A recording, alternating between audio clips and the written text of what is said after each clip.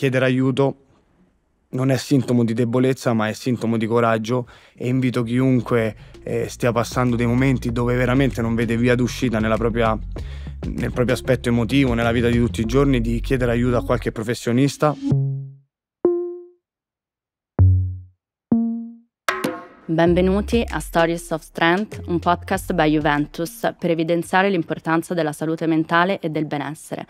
Sono Laura De Dilectis, psicologa clinica, ed oggi siamo qui per parlare di come superare i blocchi mentali. Benvenuto a Mattia Perin, giocatore della Juventus. Ciao a tutti. Allora, partirei subito un po' dalla tua storia, quindi dalla tua esperienza personale. La salute mentale è piena di alti e bassi e sicuramente puoi raccontarci un pochino come sei riuscito anche ad affrontare questi momenti. Beh, ho iniziato questo percorso circa 5 anni fa, per necessità più che altro, ma per necessità sportiva, perché nel giro di pochi anni avevo subito moltissimi infortuni, avevo perso un po' la passione e l'amore per questo sport, e ho cominciato un percorso con la mia mental coach Nicoletta dal lontano 2019, 18-19 insomma, e poi mi sono reso conto di quanto in realtà sia molto più importante nella vita di tutti i giorni, perché solo crescendo come esseri umani poi realmente cresciamo anche come sportivi, come professionisti, diciamo, in qualsiasi ambito.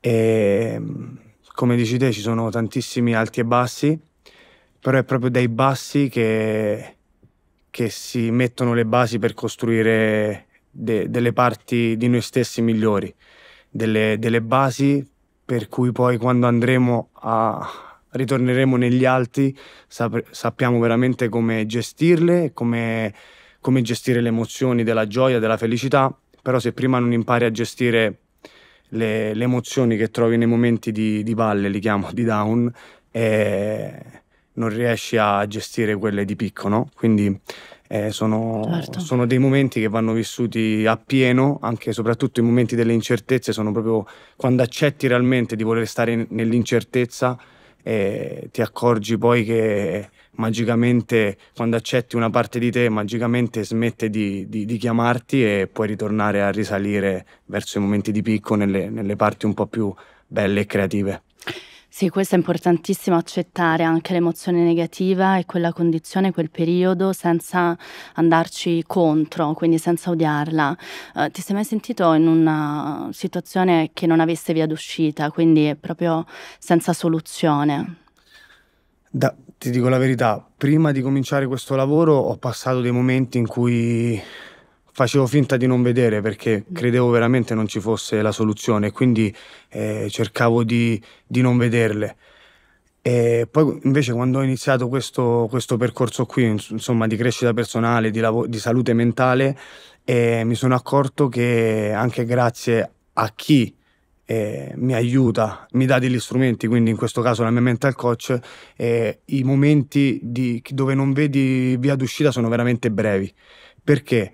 Perché, ecco, questo ci tengo a dirlo, chiedere aiuto non è sintomo di debolezza, ma è sintomo di coraggio, e invito chiunque stia passando dei momenti dove veramente non vede via d'uscita nel proprio aspetto emotivo, nella vita di tutti i giorni, di chiedere aiuto a qualche professionista, perché ti danno degli strumenti da utilizzare fin da subito, e vi accorgerete di come la vostra vita, la nostra vita, può subire dei click in positivo in brevissimo tempo. E questo poi, sai, quando cominci a utilizzare questi strumenti nella tua vita di tutti i giorni, ti accorgi che realmente funzionano, non riesci più a farne a meno, perché poi la crescita personale è un percorso che non si smette mai di imparare, si scoprono sempre nuove parti di sé, si scoprono sempre nuovi strumenti da utilizzare, e soprattutto la cosa più bella secondo me è quella di condividere, perché una volta che hai imparato a utilizzare questi strumenti nella tua vita di tutti i giorni, è bello poterli donare agli altri, e se vedi qualcuno in difficoltà, cercare di donargli questo strumento per ritrovare un po' il sentiero. Certo, questo è fondamentale condividere anche quello che hai imparato sulla tua esperienza, su di te, e riuscire anche ad aiutare qualcun altro che magari si sente in una determinata situazione, può essere un amico, un familiare, ed è fondamentale anche riuscire ad esserci per l'altro. Un altro punto che vorrei sottolineare, che tu hai detto, è proprio la capacità di chiedere aiuto e allo stesso tempo scoprirsi, no? Quindi tu ti sei conosciuto in questo percorso e come magari non ti conoscevi. Sì, voglio iniziare dal primo punto e ci tengo a ripeterlo, siamo in un'epoca purtroppo ancora, a parte qualcuno che pensa che bisogna risolversi tutte le cose da soli, perché se uno non riesce è debole. Lo ripeto, è esattamente il contrario, perché tu mi insegni sicuramente che lavorare su se stessi si vanno a toccare delle parti dove veramente si deve avere tantissimo coraggio di andare a guardare in faccia delle cose passate che probabilmente abbiamo messo dentro di noi e ci appesantiscono e basta. Io li chiamo zainetti emozionali, che poi quando li vai a sciogliere vedi proprio una leggerezza e una libertà d'animo impressionante. Quindi volevo risottolineare questo aspetto qui. E l'altra domanda, l'altro punto, sì, qual no, era, intanto vorrei continuare su questo che è importante. Quanto questo zainetto emozionale impattava anche sulla tua vita lavorativa? Tantissimo, tantissimo, perché io mi sono accorto e ho lavorato praticamente, ho avuto 5 operazioni e tutte e 5 le operazioni venivano, secondo me, perché comunque poi ci sono andato a lavorare, erano infortuni emotivi, li chiamo, che ormai è inutile dirci che non esistono gli infortuni emotivi nei calciatori, esistono in tante altre professioni. E poi quando ho cominciato a lavorarci, ho cominciato a sciogliere questi nodi, questi zainetti, ho cominciato a lasciarli per strada, no? Non me li portavo più appresso, che mi sentivo pesante quotidianamente, ogni giorno, non capivo cosa fosse. Vai ad affrontare delle cose che probabilmente ti sono accadute nella tua vita e non avevi il coraggio di affrontarle, e procrastinare è un difetto enorme che purtroppo ha l'essere umano. Bisogna affrontare i problemi, bisogna guardarli in faccia. Proprio per questo dico che ci vuole coraggio a chiedere aiuto, perché se chiedi aiuto alla persona giusta ti metterà di fronte a questi spettri che devi avere il coraggio di affrontare se vuoi progredire come essere umano. Ora non stiamo parlando di calciatore, psicologo o via discorrendo, stiamo parlando di esseri umani. Se vuoi progredire come essere umano, secondo me è un aspetto fondamentale andare a vedere quegli spettri lì, e ci vuole coraggio. È inutile che stiamo qui Sì, non è facile perché è doloroso, comunque è sofferente vedere determinate cose, però tu che l'hai fatto, che hai avuto questa esperienza, puoi vedere anche cosa c'è dall'altro lato, puoi anche raccontare, quindi cosa ti ha portato questa scelta di chiedere aiuto, di iniziare un percorso, e come ad oggi invece stai vivendo rispetto a prima. Come ti ho detto all'inizio, pensavo che mi servisse solo dal punto di vista sportivo, ma poi man mano che percorri questo sentiero quotidianamente ti accorgi che ti migliora la vita di tutti i giorni, dall'essere un marito, un padre, un amico, un figlio, un compagno di squadra, vivi la vita molto più profondamente, con molta più gioia, felicità, con più leggerezza. C'è un noto psicologo che ripete, che gli ho sentito dire una frase che dice: la vita è fatta di 2 parti. La prima parte è che dobbiamo essere come una spugna e cercare di apprendere il più possibile da tutto quello che ci circonda, dalla vita degli altri, anche ascoltando gli altri. E il secondo tempo della vita è il momento di ridare indietro tutto quello che si è appreso, donarlo agli altri. E lui dice: ma la vita deve essere un business che finisce in rosso, perché alla fine della nostra vita dovremmo essere stati bravi, aver donato di più di quello che abbiamo avuto. E un po' questa visione un po' mi rispecchia, perché poi è anche un po' egoistico, però aiutare gli altri mi fa sentire bene. Però se c'è la parte altruista c'è anche la parte egoistica, che possono andare anche di pari passo. Ho imparato anche questo, che non c'è una parte più giusta dell'altra, tutte le parti di noi sono giuste, certo, e non vanno insomma giudicate.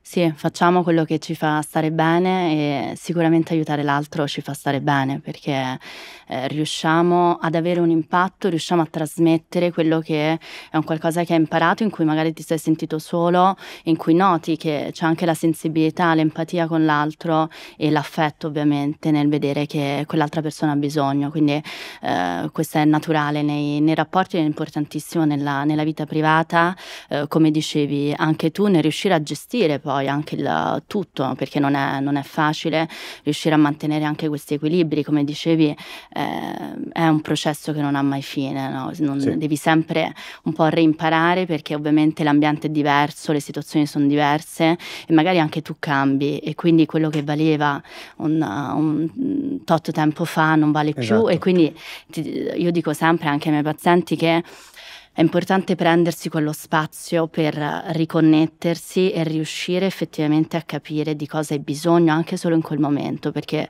spesso sei disconnesso con Sono te veramente stesso. d'accordo, assolutamente. Soprattutto anche quando parli, cioè, queste ultime parole che hai detto rispecchiano molto un po' il percorso, quando si inizia un percorso sulla salute mentale, un percorso di miglioramento personale, ci sono dei momenti di squilibrio e la differenza rispetto a prima è che i momenti di squilibrio quando arrivava una nuova parte di me, prima li vivevo in maniera tra virgolette totalmente negativa. Perché quando raggiungi un equilibrio e poi lo perdi ti risenti un'altra volta un attimo instabile e prima li vedevo come un devo rilavorare ancora perché non basta, perché devo ritrovare l'equilibrio. Questo è un obiettivo che mi pongo giornalmente, essere più in equilibrio possibile.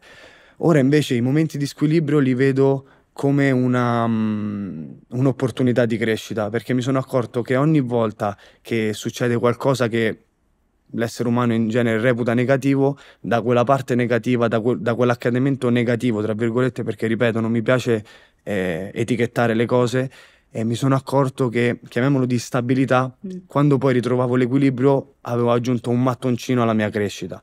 Avevo aggiunto un mattoncino al mio modo di comportarmi con gli altri, con me stesso, e quindi ora li vedo come un momento di opportunità.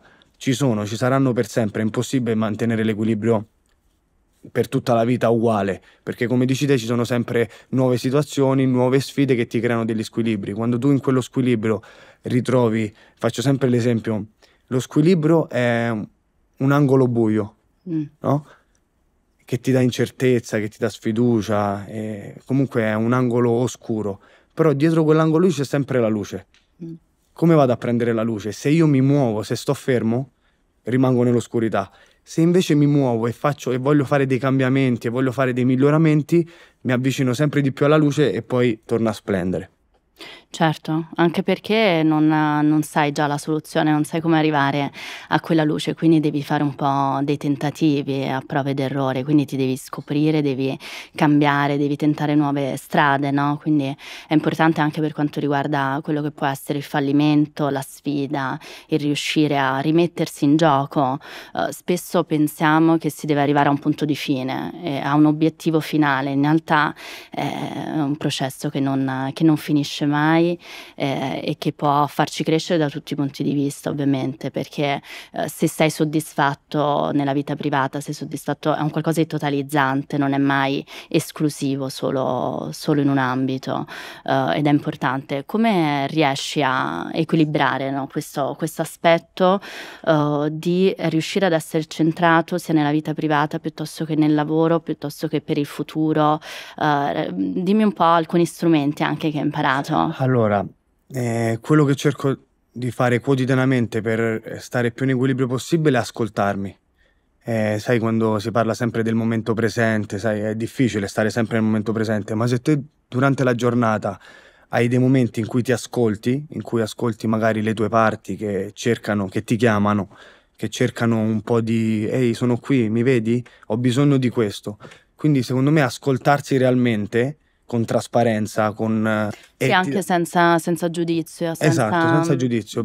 Scopri il vero te stesso e quindi togli quelle barriere tra il tuo centro e le tue parti e riesci ad avere un dialogo e di fiducia, riesci a instaurare un rapporto di fiducia, e quando tu riesci a ascoltare le tue parti, perché non siamo una persona sola, siamo tante parti di noi, e dobbiamo capire questa cosa, che è un aspetto fondamentale per trovare l'equilibrio.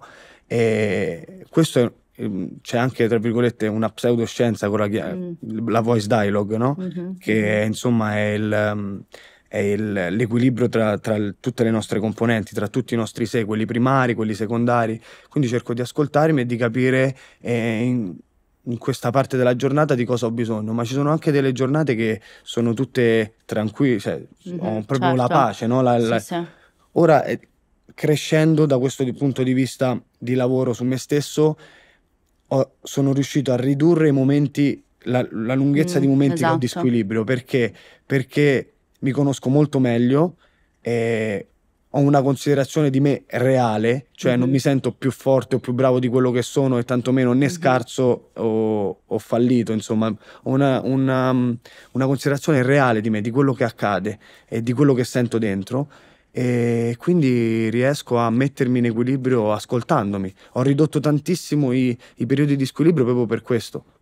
Sì, diciamo diventa tutto un po' più semplice perché ti conosci e in generale ti è già successo e quindi sai che magari c'è il giorno sì, il giorno no e non diventa, diciamo, la fine del mondo. Esattamente. Su questo però è interessante anche l'aspetto un po' della pressione esterna, che sicuramente ha un impatto forte sia nel riuscire a gestire effettivamente le proprie giornate, sia nel perdersi un pochino, no? Perché a volte puoi subire quello che è in generale l'ambiente, ripeto, da tutti i punti di vista, no? Una richiesta di un amico, ad esempio dover uscire troppo, quindi ad oggi anche con i social i giovani sono molto pressati e riescono poco a rispettare se stessi in quello che vogliono, a capirlo perché vedono appunto che altri stanno facendo determinate cose e quindi anche loro lo vogliono fare. Su questo cosa mi sai dire? Credo che ci sia troppa frenesia, cioè ovviamente io ho imparato tutto questo grazie a una persona che mi ha dato questi strumenti, perché le nostre menti, cioè non nasciamo conoscendo le dinamiche della nostra mente e di noi stessi, quindi per questo poi ritorniamo sempre al solito discorso, chiedere aiuto, perché ci sono dei professionisti che hanno studiato, che conoscono come poter maneggiare la nostra mente, che si può padroneggiare, senza andargli sopra, senza fargli sentire che la vuoi comandare, ma come due pari livello. Cioè, quindi secondo me c'è troppa frenesia, bisogna saper trovare dei momenti per stare in quiete con noi stessi, tranquilli, anche 3 minuti al giorno, 4 minuti al giorno, nel silenzio più totale, e ascoltarsi. Se non c'è il silenzio e c'è frastuono, io so che posso andare a trovare il silenzio sotto quel frastuono lì. È come una forma di meditazione, secondo me, e bastano veramente 3-4 minuti al giorno per ascoltarsi veramente. Se c'è qualcosa di uno zainetto emozionale che mi è accaduto 3 giorni fa, riesco a capire che mi sta creando un peso e dico ok, sai cosa c'è? Lo affronto subito. Esatto, previeni affinché non diventi troppo grosso anche, no? Perché magari negli anni... È proprio quello il problema, perché procrastinare da una busta della spesa ti diventa una valigia per un viaggio transatlantico, quindi va affrontato tutto il prima possibile. Ragionavo anche ascoltandoti nelle varie cose che hai detto sul perché uno magari a volte perde il senso, e forse perché non ci si diverte più, non ci si ricorda più perché si fa qualcosa. Ti è capitato? Mi è capitato quel periodo in cui non riuscivo ad andare in campo perché ogni tot di tempo dovevo vivere un infortunio a causa mia, e il divertimento è fondamentale per poter esprimere la migliore parte di se stessi, perché senza divertimento, che alla fine è, diciamo, una situazione che si vede tanto da bambini.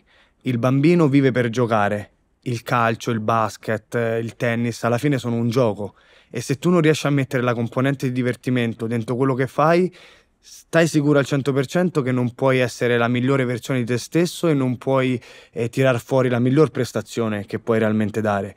Quindi anche se siamo comunque sotto la luce dei riflettori, c'è tanta pressione, la gente ogni tanto purtroppo vive in maniera fin troppo seria quello che è alla fine un gioco. Se non riesci a tirare fuori la tua parte che si vuol divertire e che realmente si diverti, stai sicuro o sicura che non riesci a essere, insomma, performante come potresti essere se in realtà riesci a tirare fuori la parte che si diverte. Ti volevo fare un'ultima domanda rispetto al futuro. Sì. Vediamo quali secondo te possono essere dei prossimi obiettivi, delle prossime sfide o comunque dei tuoi desideri? Ma ho ancora tanti obiettivi calcistici. Tra qualche giorno compierò 31 anni, ma voglio giocare ancora parecchio tempo, perché è una cosa che ho imparato ad amare sempre di più, e voglio cercare di massimizzare il lavoro che faccio in palestra, in campo, sulla mia mente. Voglio trasferirlo sul campo e fare la mia miglior carriera possibile.